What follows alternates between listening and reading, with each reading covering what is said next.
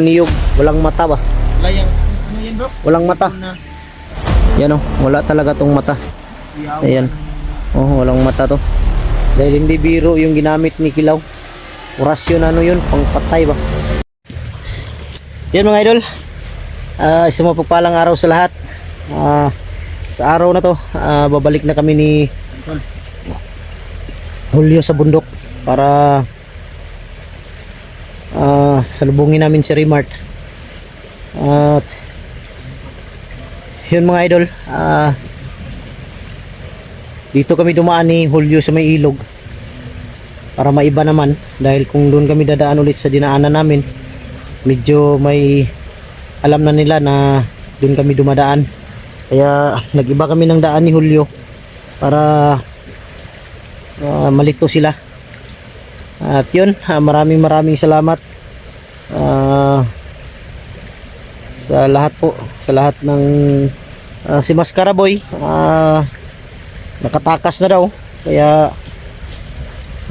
ano lang namin ngayon si Remart, kailangan namin makita para kung nakababa na ba o hindi pa, at para din makuha namin yung yung pamilya ni Binji, dahil wala naman, nakatakas na si Mascara Boy. Maraming salamat sa lahat ng mga sulit supporters natin dyan, sa lahat ng mga silent viewers, sa lahat ng mga OFW. Mega love, shout out sa inyo lahat mga idol. Lagi kayong nandyan na nagasuporta. Maraming salamat talaga. Dumaan muna kami ni Julio sa palengke, may binili kami kaya para sa pag-explore. At medyo masama yung panahon ngayon, mukhang ulan yata to, pero sikapin namin agad ni Julio na makarating agad doon sa area kung saan kami nagkahiwalay. Alam namin na nandoon din si Remart, kaya si Kuya Buds hindi muna maka-explore, si EJ nakababa, si PJ at Kuya Buds nasama yan pababa, kaya kami muna ni ni Julio yung babalik, aakyat muli sa bundok para tulungan si Remart na makababa, dahil hindi pa nakababa si Remart hanggang ngayon dahil nanghihina yung katawan. Iwan ko lang kung ano yung ibinigay sa kanya, pero wag lang tayong piyansa dahil baka yun ay may nilagay na na lason din, dahil ang tinira sa kanya na orasyon ni Kilaw ay orasyon na kamandag na may lason. Manghihina talaga yung katawan mo at susuka ka talaga dahil sa sobrang sama ng pakiramdam mo. Yun, kasama natin si Julio. Nagkontak kami kanina na sabi niya na sasama daw siya paakyat, kaya inintay ko siya sa bahay para sabay na kaming aakyat sa bundok. Ngayon relax muna kami dahil napagod din kami sa pagbiyahe. Kaya nga, dahil si Remart gustong nag-chat sa akin, hindi pa daw siya makababa dahil marami daw bantay, maraming harang. Kaya sabi niya na hintayin daw niya kami pag akyat namin ni Julio.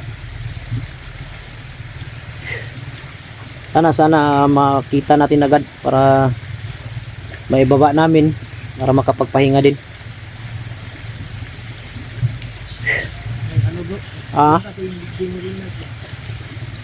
Tumulong sa kanya na isang may binigay daw sa kanya na tawag ko bandana, para hindi ko alam kung ano yun, basta hindi lang tayo kumpiyansa dahil alam naman natin na kaya nilang manlinlang. Baka may hypnotize ba, kaya hindi tayo pwedeng kumpiyansa. Itong ilog na to mga idol, yung dadaanan namin, natatandaan niyo yung video namin na may ilog na kung saan si Julio kung saan si Julio dumaan, doon kami papunta. Relax muna kami dahil doon kami galing sa unahan. Buti na lang may ano, hindi malaki yung ano tubig. May dala pala ako mga idol. Itong dala ko, sigurado ako ito yung makakatalo at makakaalis ng lason sa katawan ni Remart na tinira na orasyon ba. Dito sa bag, dala-dala ko para holy water. Grabe ang bigat ng bag ko, parang may mga may mga bato. Ito mga idol, ito yung dala ko mga idol. Ito bro, yung tawag dito yung libon na ano, libon na niyog, walang mata ba? Wala yung, ano yan bro? Walang mata. Niyog. Walang mata. Oh, walang mata talaga to mga idol. Makikita ninyo. Yan oh, wala talaga tong mata. Ayan. Oh, walang mata to. Ito yung ano niya.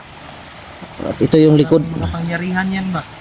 Malaking tulong to bro, yung ang laman nito. Pwede mo tong ano. Oh, ipakain sa kanya para maalis yung masasamang ano sa loob ng katawan ni Remart. Hindi ko pa gusto ko sanang anuhin to, gawing pintas, pero hindi ko pa na ano ng oras dahil busy tayo minsan. Siguro pagbaba natin ulit, gagawin ko tong pintas. Oh. Ito yung mabisang depensa sa katawan. Yung libon na niyog, walang mata. Yun ang pinakamabisa. Kadalasan may gamit ito yung mga ano mga sundalo. Oh, ano kasi ito mga idol, yung niyog na walang mata, pampabulag ng kaaway, hindi ka makita, manliis bala. Bulag yung kaaway bro. Ha? Bulag yung kaaway niya. Mabubulag kayo. Buta? Oh, buta yung kaaway. Butag sa mut. Buta rin yung buta. Totoo yan mga idol. Kung kahit i-research niyo ito sa ano, sa YouTube or sa Google o Google, may taglay talaga to na kasi minsan bihira ka lang makakita ng isang puno ng niyog na ang puro bunga niya ay mga niyog na walang mata. Bihira lang yan. Kaya salamat ako sa nagbigay nito na isang solid supporter. Pinagkaloob niya sa akin ng walang bayad. Ang binayaran ko lang is shipping. Kaya maraming pasalamat sa kanya. Dahil ang laking tulong nito sa akin, sa amin, na lalong-lalo na sa aming trabaho na digmaan. Kaya dinala ko talaga para kung sakasakaling si Remart, pwede itong ipahid lang sa kanyang katawan. Pero mas maganda talaga mainom niya yung ano, yung sa loob, para mailabas niya at maisuka yung lahat ng pumasok na mga masasama sa loob ng kanyang katawan. Kaya dinala ko talaga, hindi ko talaga nakalimutan. Maya-mayang konti mga idol, lalakad kami ni Julio para papunta dun sa ano, papunta dun sa area kung saan nandoon si Remart. Dahil doon daw siya maghihintay. Sana lang hindi siya nakaalis para makita namin siya agad.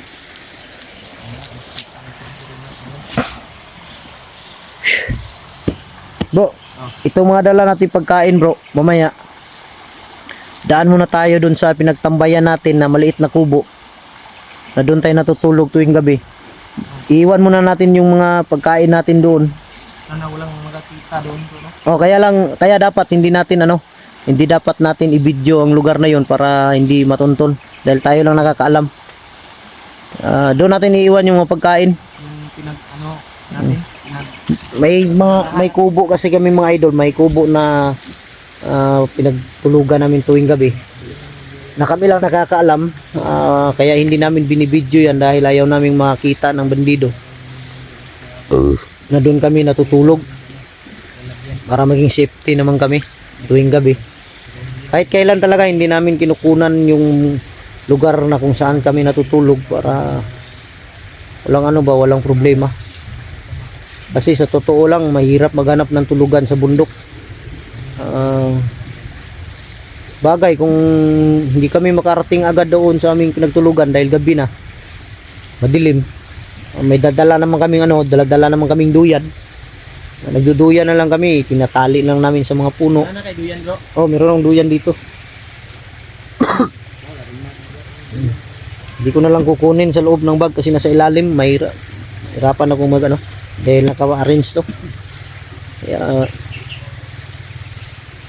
yun na lang, ulitin ko sa inyo mga idol na huwag na kayong mag-alala dahil si Mascaraboy ay nakatakas na daw. Oh, si Mascaraboy, kaya ang problema natin ngayon, paano natin masusugpo o mahihinto yung kasamaan ni Kilaw at ni Bagnot.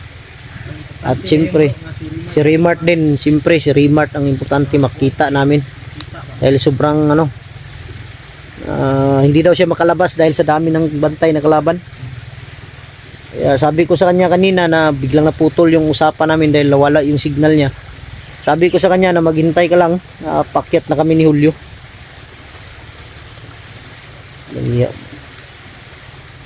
Ang may kumalabog bigla sa taas.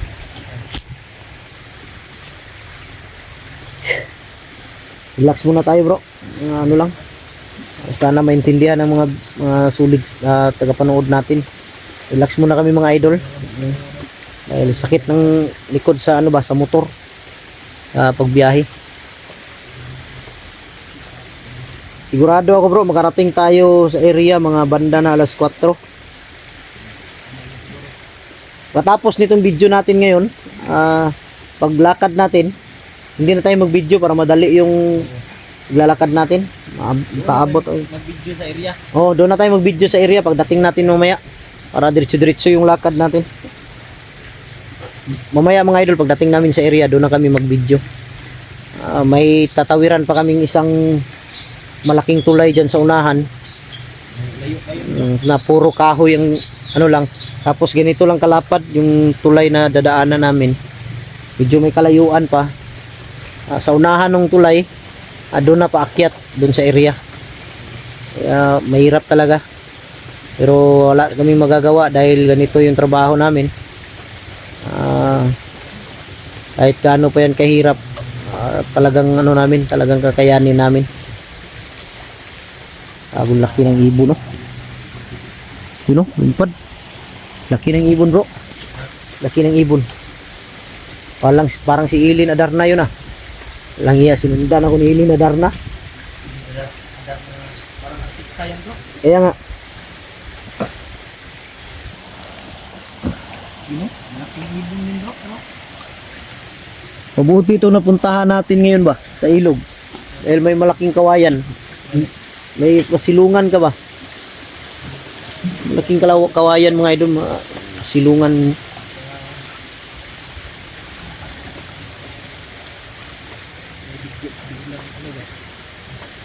Tapos kung may dadaan, hindi ka basta-basta makita. Dahil nakatabon yung tawag dito, yung mga ng kawayan, mga dahon. At yung mga sanga niya pa. Yun. Ayun bro. Kumalabog? Sa taas?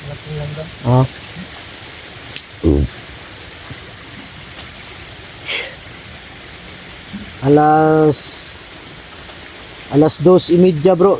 Darating talaga tayo mga 4 o'clock o sirado o 4:30. Darating tayo sa area. Kung kung bilisan natin paglakad natin, darating tayo agad. Basta wala lang haharang talaga, madali lang naman. Tapos ng nito bro, video. Diretso na ta. Oh, diretso na tayo pagkatapos nito.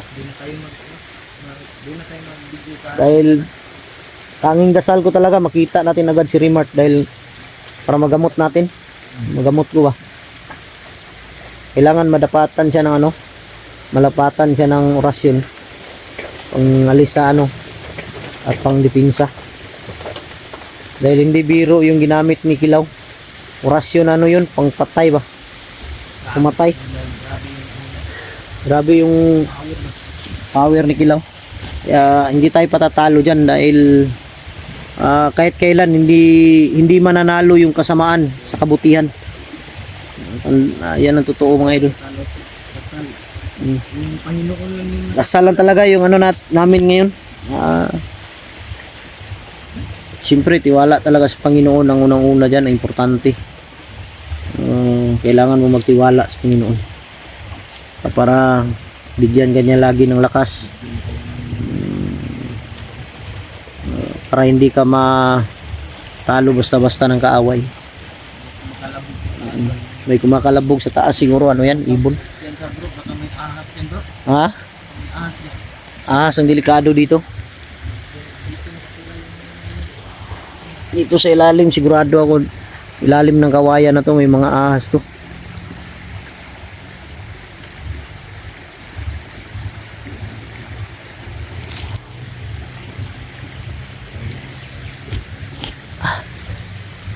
Malayo na pala tayo sa kalsada, no? Hindi na masyadong marinig yung ano, yung busis ng ano mga idol, yung tunog ng mga sasakyan. Hindi na marinig masyado. Ay, siguro ta. Ngayon ito. Bibili sana ako ng bag, bro. Dahil kawawa na tong bag ko. Wala ka pambili bro.